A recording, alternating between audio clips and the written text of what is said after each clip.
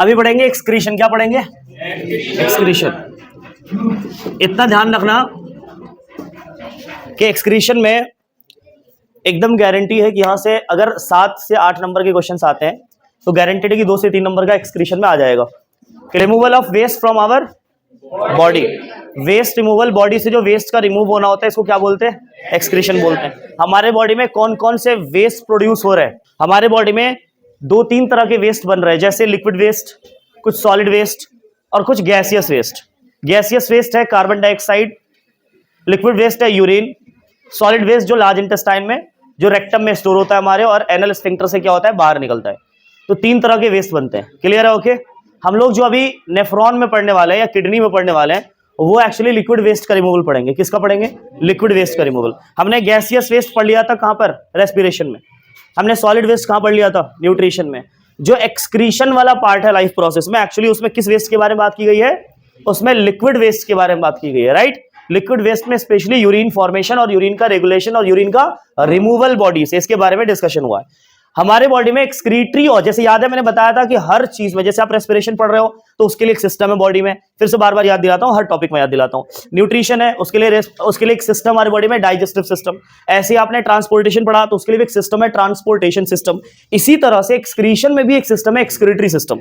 अब हर सिस्टम कुछ ना कुछ ऑर्गन से मिलकर बना हुआ है। क्लियर है? ओके।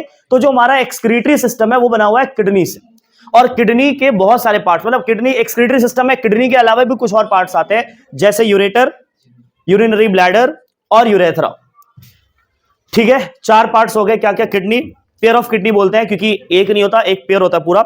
और दूसरा क्या? यूरेटर, उसके बाद यूरिनरी ब्लैडर और यूरेथ्रा। ये 4 पार्ट्स है एक्सक्रीटरी सिस्टम के, जिसमें मेन जो एक्सक्रीशन का प्रोसेस होता है, कंप्लीट होता है, वो किडनी के अंदर होता है। तो सर एक्सक्रीशन के लिए फंक्शनल यूनिट ऑफ किडनी कौन है?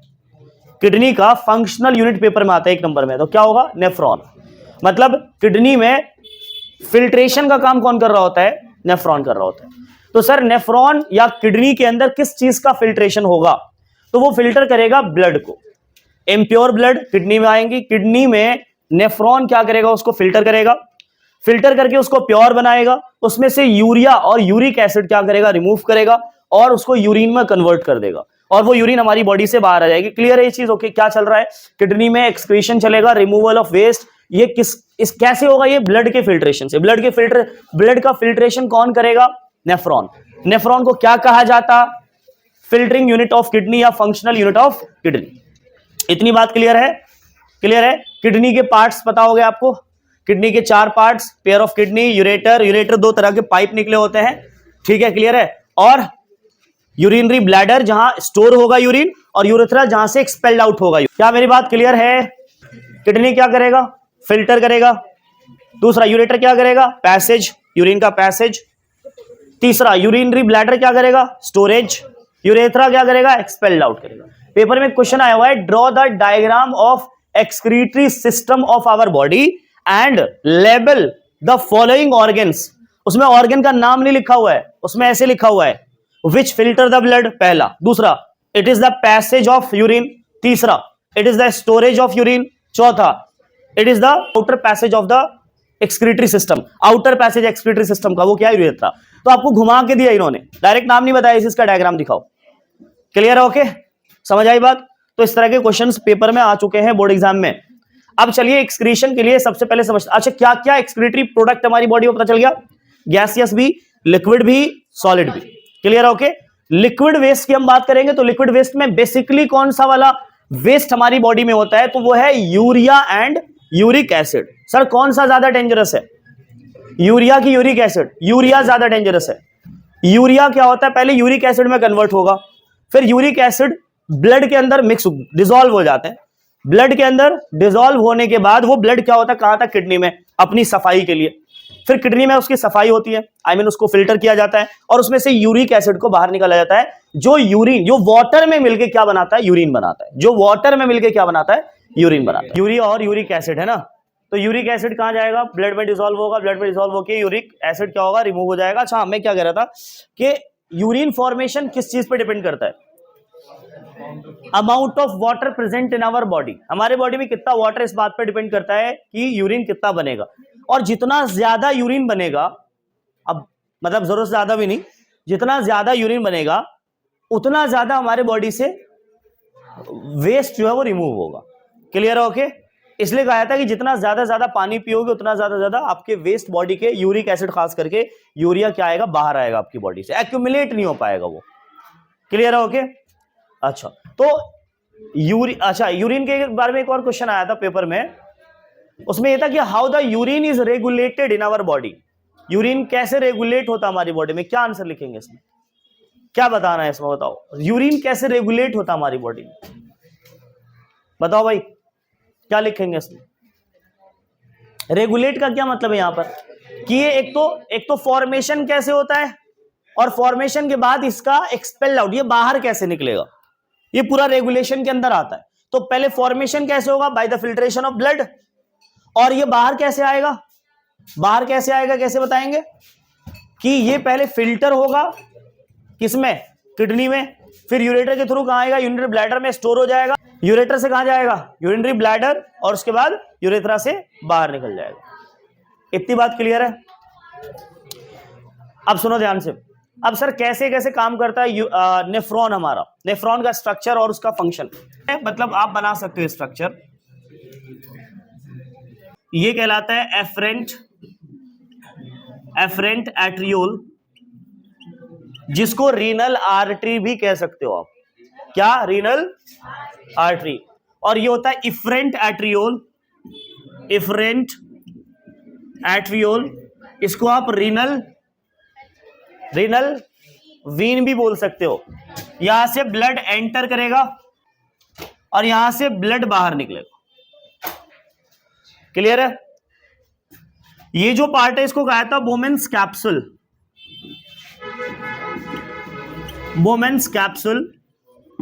ये जो पार्ट है इसको कहते हैं PCT, प्रॉक्सिमल कन्वोल्यूटेड ट्यूब्यूल। ये है लूप ऑफ हेनले, इधर देख लो। ये है कलेक्टिंग डक्ट, और कुछ था, हाँ अच्छा, ये है बीच में ग्लोमेरुलस। तो ये सारे मेन पार्ट्स है जिसको आपको दिखाना पड़ेगा अगर आप डायग्राम बना रहे हो तो। क्या क्या है भाई? Afferent arteriole, glomerulus, Bowman's capsule, PCT, loop of Henle, collecting duct. ज्यादा जो इंपॉर्टेंट इस डायग्राम में अगर बताओ कि ज्यादा क्वेश्चन कहां से आया सर, तो यहां से आया, इस वाले पार्ट में क्या होता है ये पूछा जाएगा। लेकिन पूरा समझते हैं अभी हम, पूरा स्टार्टिंग से देख लो। किडनी में, ध्यान सुनना बेटा, किडनी में जहां से ब्लड एंटर करेगा, किडनी के जिस रास्ते से ब्लड, दो किडनी है ना, तो किडनी के जिस रास्ते से ब्लड एंटर करेगा किडनी के अंदर, उस रास्ते का नाम है हाइफा। क्या बोलते हैं? हाइफा बोलते हैं। HY से स्टार्ट है। तो हाइफा से अंदर जाते ही वो कहां पहुंच जाता है? अपने नेफ्रॉन के एरिया में पहुंच जाएगा, नेफ्रॉन में पहुंच जाएगा। नेफ्रॉन में कहां से एंटर करेगा? इम्प्योर ब्लड, यहां से इम्प्योर ब्लड एंटर करेगा। एफरेंट एट्रियोल बेटा क्या है? यहां से ब्लड इम्प्योर एंटर करेगा, यहां पे फिल्टर होगा और यहां से प्योर वाला बाहर निकल जाएगा। क्लियर है? ओके। अब फिल्टर जो होगा यहां से वो क्या आएगा भाई? यूरिक एसिड, वाटर, साथ में यूरिन, मतलब तो जो भी फिल्टर होगा यहां से, वो फिल्टर होके कहां जाएगा? इधर से एब्जॉर्ब होते होते नीचे आ जाएगा। बोमेन्स कैप्सूल से जब ये इसमें आएगा तो इसमें जो भी मटेरियल्स होंगे इनको कहा जाता है फिल्ट्रेट। क्या बोला जाएगा? पेपर में यहां से क्वेश्चन आया है, फिल्ट्रेट में क्या क्या पाए जाते हैं, लिखिए। नेम द कंपोनेंट्स ऑफ या कॉम्पोजिशन ऑफ फिल्ट्रेट।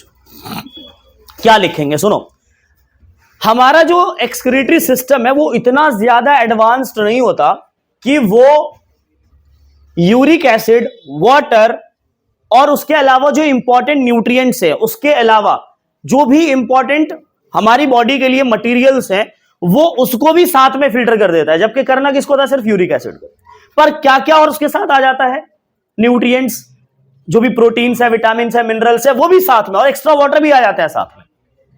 वो साथ में कहां जाएंगे? नीचे। अब जो यहां पर फिल्ट्रेट मौजूद है, इसमें क्या क्या है? इसमें न्यूट्रिएंट्स है, वाटर है, ठीक है, और मिनरल्स, मतलब उसमें मिनरल्स है, विटामिन है, प्रोटीन है, ये सारी चीजें इंपॉर्टेंट मटेरियल्स। अब सुनो, फिल्ट्रेट की कॉम्पोजिशन पता चल गई आपको। अब इस फिल्ट्रेट में से ये जो सारी चीजें मैंने आपको बताई, उसमें दो ही चीज जो है जो वो बाहर जाना है, वो है यूरिक एसिड और वाटर, वो भी लिमिटेड वाटर। बाकी चीजें हमारे लिए क्या है, जरूरी। तो उसका रीएब्जॉर्प्शन जरूरी है, मतलब उसका एब्जॉर्प्शन जरूरी है। फिल्ट्रेट यहां जैसे ही आएगा, पीसीटी क्या करेगा, जल्दी जल्दी सारे न्यूट्रिएंट्स को एब्जॉर्ब करना स्टार्ट करेगा जो हमारी बॉडी के लिए जरूरी है।